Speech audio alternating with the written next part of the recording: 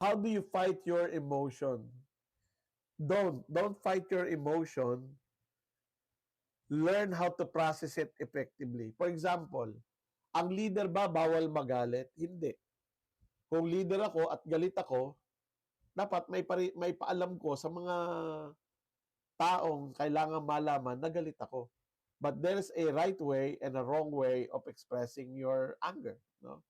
Kapag naninigaw ako at pinapahiya ko yung mga tao ko to express my anger, is that effective?